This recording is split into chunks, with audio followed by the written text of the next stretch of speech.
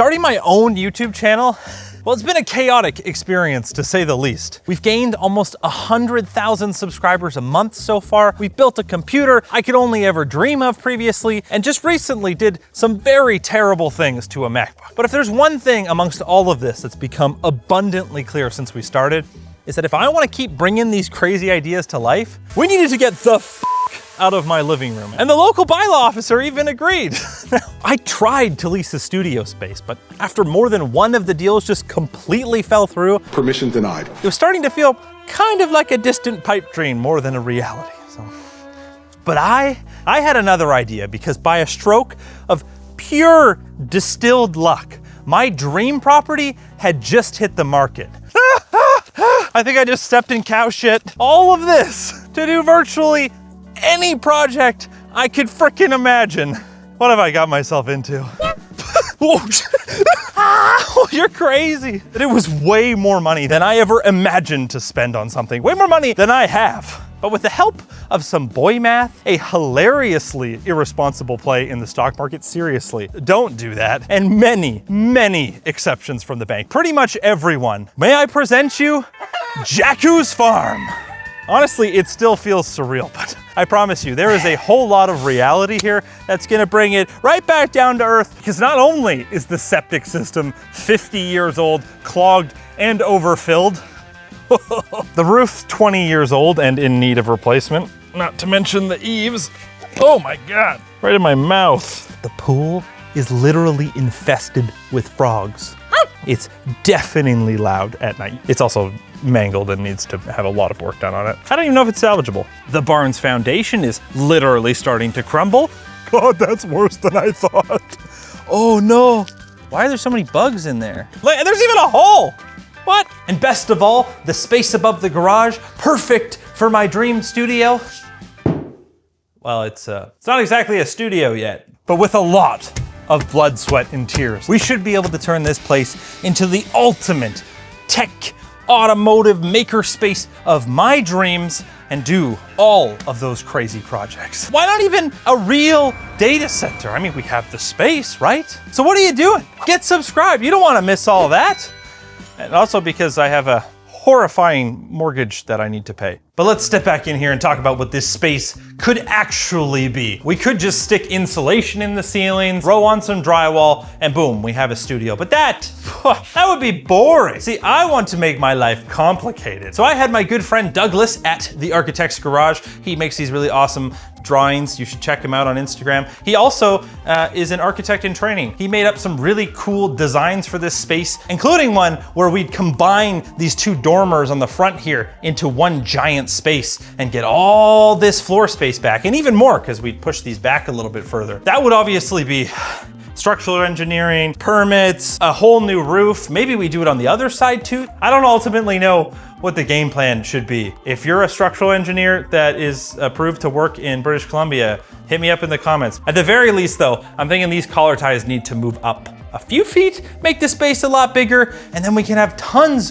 of room for desks. Maybe the desk over here to shoot out with the lights and everything. That'd be pretty cool, right? The world is our oyster. I honestly, I kind of hate that I have to decide now, because whatever decision you make is like expensive. And if you don't like it, it's even more expensive to redo it, because now you have to do demolition first. This is what being a homeowner is like, huh? And down below the studio, it's garage, which is great. Part of the whole equation here is for me to be able to combine my automotive shop, where I like to work on finely depreciated European cars, and the YouTube stuff in one big space. And one of them even has a grease pit, like for changing the oil on your car. And there's even a crane. Get subscribed to Jake's Garage for whenever that becomes a thing. The problem is, this garage, it's not gonna work for anything where we need to lift the cars up, at least not all the way, because you can't fit a full-size car hoist in here. Instead, welcome to the barn. Is there birds in the barn? This is where we can fit a hoist with a bit of work. You see, the roof, it's plenty tall. We just have this ceiling right here and these giant beams that hold the thing up that are in the way. Bird? Yeah. You can see him? I think I can get away with putting like a hoist right here by the door, but we do need to delete this beam somehow. Again, structural engineers, slide in the DMs. It's a gambrel roof and they are anyone's bet. I mean, the thing is still standing many, many times past my lifespan, but other than that though, we did get some cool stuff in here, like this Taiwanese Bridgeport clone. Look at that bastard. I'm the king of your barn. But I don't actually think that the previous owner ever had it running. First, it would take the entire circuit in here and somebody to help me fix it, because this is one of the axes. It's just been like sawed off for some reason. I don't know if it was just like stuck. These look like lathe tools too, to be honest. There's the machine vise, sweet. The plan in here is to build my dream shop. I want a big CNC router, probably a CNC mill. Maybe we can modify this one to be like Linux CNC or something. Yikes. I got a couple of my Prusa printers here, more on the way so we can have a print farm. We've got the Makera Carvera here. They even left a table saw with the cord ripped off. Thanks, guys. From what I can tell, the barn was originally extended to here because the roofing here is much older, and then they added this part. It's got new roof, some new wood. Fortunately, they did at least build this structure with actual concrete footings, but this is enough space we could store like 2 whole project cars back here. Maybe after putting in a floor of some kind. But it seems like solidly built at least, right? Just ignore the holes, you know? The pool guy just came and said that it's fine to cut the liner off, so yeah. Whatever we do to repair this pool is going to be a massive pain in the ass. A replacement liner probably wouldn't fit properly, and it doesn't look like this one ever really fit 100% because it's a weird like custom shape. Oh, there's so many frogs. Plastering it instead is apparently like $20,000 to $25,000. There was a snake under the liner we just rescued. And my idea to epoxy coat the concrete, which is basically like fancy paint, is probably not gonna happen because the concrete is really like not smooth. To like epoxy it, we probably need to like plaster it first anyways. So, dude, look at the bottom of the liner, ew! Look at how much water is under there. Like, bruh, it smells so rank. Ugh. We're barely into this tour and the cost amount here is already just like, we rode in the lawnmower. Dude, there's so much grass that needs to get cut. Does it start? For correct oil level, do not turn cap on threads. Oh, does it have gas? Where's the gas? Is this the gas? Ooh, what does that do? Oh yeah, baby. Oh, this thing rips. Woo! Batman! Oh shit, don't get stuck. Oh shit, it's not. Oh shit! He's into F1, guys. Tokyo Drift, baby. Batman, ow. Ow, falling off. Oh, stop. Trying to race? We probably shouldn't have driven it with a flat tire. We're cutting grass!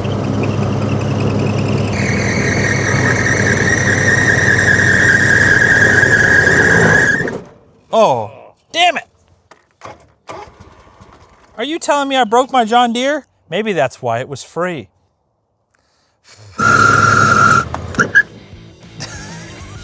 Heading inside after a day of farming can definitely result in some messes. Oh boy, that's a lot of mud. Luckily for me, I've got today's sponsor Narwal and their Flow 2. It's a smart robot cleaning powerhouse. It mops, it vacuums, and with its Narmind Pro autonomous mapping system, actually avoids obstacles. It maps your entire house fast and knows how to follow it, and can outsmart my cat Arlo, who messed with my old robot vacuum so bad it would just end up dying in the middle of the floor. But this isn't just a vacuum. Remember that mud from before? Instead of just pushing it around, the Flow 2 uses its Flow Wash mopping system to actually scrub it off the floor. It's got this really cool moving track mop. So when it goes around a corner, it actually sticks itself into the corner, so it actually cleans the whole floor. And underneath there is 16 angled nozzles that spray 140-degree water, keeping the mop clean and in turn, keeping your floor clean. I mean, look at this. It's like I wasn't even stupid walking in with mucky shoes. The cleaning task I picked is supposed to do 2 passes, but I'm just gonna tell it to stop because, like, look at this. It's actually clean. Good job, Narwal. As a bonus, the dock where you fill up the water and empty the yuck, it's sleek and modern. It blends into your house without looking like a big bulky piece of tech. So why not give yourself the gift of clean floors by checking out the Flow 2 at the link down in the description. And hey, you can even use it without connecting to the internet if you want. Back to the tour.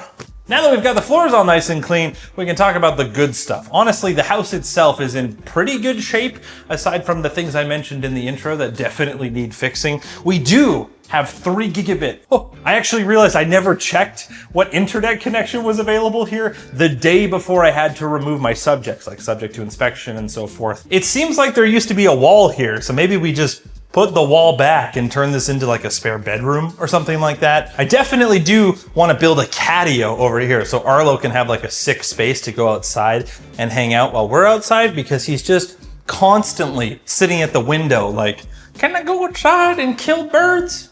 Like, no, killing birds is kind of a big problem. And this is kind of where the YouTube channel stuff is running out of right now. It's not great because the fiber internet is in the living room, but there is at least space for the NAS. What there isn't space for is a rack. In the basement, check out the crawl space. It's a dark hole that is not tall enough for anyone but a short man, a very short man. Hey, here it is. It's all pretty and powered off and lacking in internet. That's realistically the next video in the tech farm, maybe node stead. Let me know down in the comments what you think we should call this series and this project. It doesn't have internet, we need to fix that. There is this weird safe room, maybe because there's a safe in the room.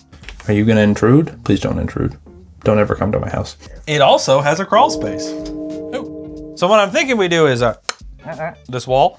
Here's Johnny. And then maybe just build a new one. And then we would have a pretty sizable room for the rack. You'll be able to access it on all the sides. It'll be about the same size as the old one. Then we can build like a real data center somewhere else on the property, but have our little network room in here. And if we walk past all the water filters I'm pretty sure haven't been changed in years, we can get to this weird creepy dungeon room downstairs. Even this space is gonna take a lot. We've got to sound deaden, we gotta deal with the paint color, we gotta probably rip out the drop ceiling so we can fit lights. There's so much to do everywhere. But before we think about running a data center or anything like that, we need to upgrade the power, because this entire property, the house, the barn, the garage, the pool, everything runs off of 125 amps. Most apartments have 100 amp service nowadays. This is an estate. It might be in a state of disrepair, but it is an estate nonetheless. What have I got myself into? So we're definitely getting the service upgraded, which is monumentally expensive, as I've found. But in the long term, how cool would it be if this entire property could run fully off the grid for like a week or a month? Like a generator, a giant battery maybe one that we put in the crawl space so you have a bomb under you while you're sleeping. There is one saving grace though. There might actually be some Ethernet. Nope. Upstairs things get...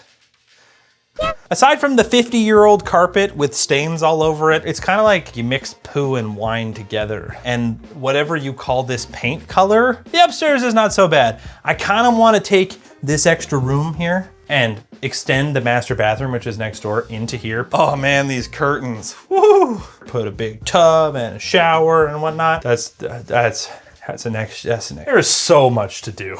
And it smells great, I assure you, even after carpet cleaning it once. The dog agrees. I'm gonna get you. Oh, Jesus.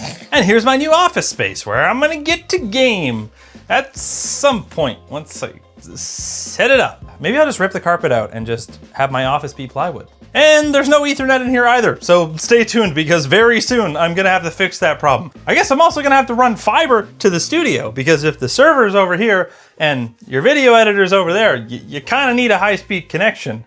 That's gonna be easy, I'm sure. And I guess we also need probably internet in the barn so that we can like send print files to all the Prusa printers, which are not set up yet. I want to talk about smartification. We've got these lovely wood doors, but we also have these not so lovely basic ass thermostats. And I want to make these smart. I want to replace all the light switches with smart switches. We got a bunch of stuff to do in that department, but because there's only 2 wires to every thermostat in the house, you can't use most smart thermostats, at least not the ones I want to use. So before we can even do smart upgrades like that, we gotta do basic infrastructure stuff like running an extra power wire to every thermostat in the house. I don't even know if the power in this house has neutral wires, which is usually required for smart light switches. If we don't have that, it is going to be an absolute nightmare.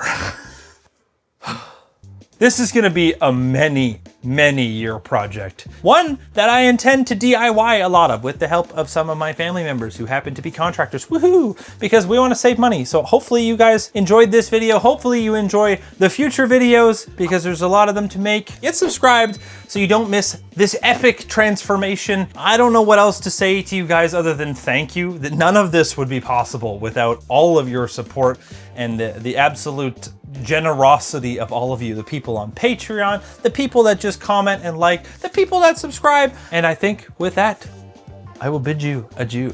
You ever chopped wood before, son? Don't embarrass the family. I lean to the right. Not if you like free healthcare.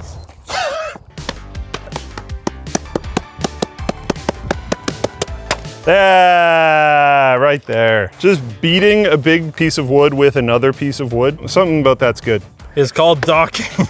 Docking a big piece of wood. I need to prove to the audience that we can survive in the country on our own. I just ordered Uber Eats. And that's how he hurt his shoulder. Split log with my hands.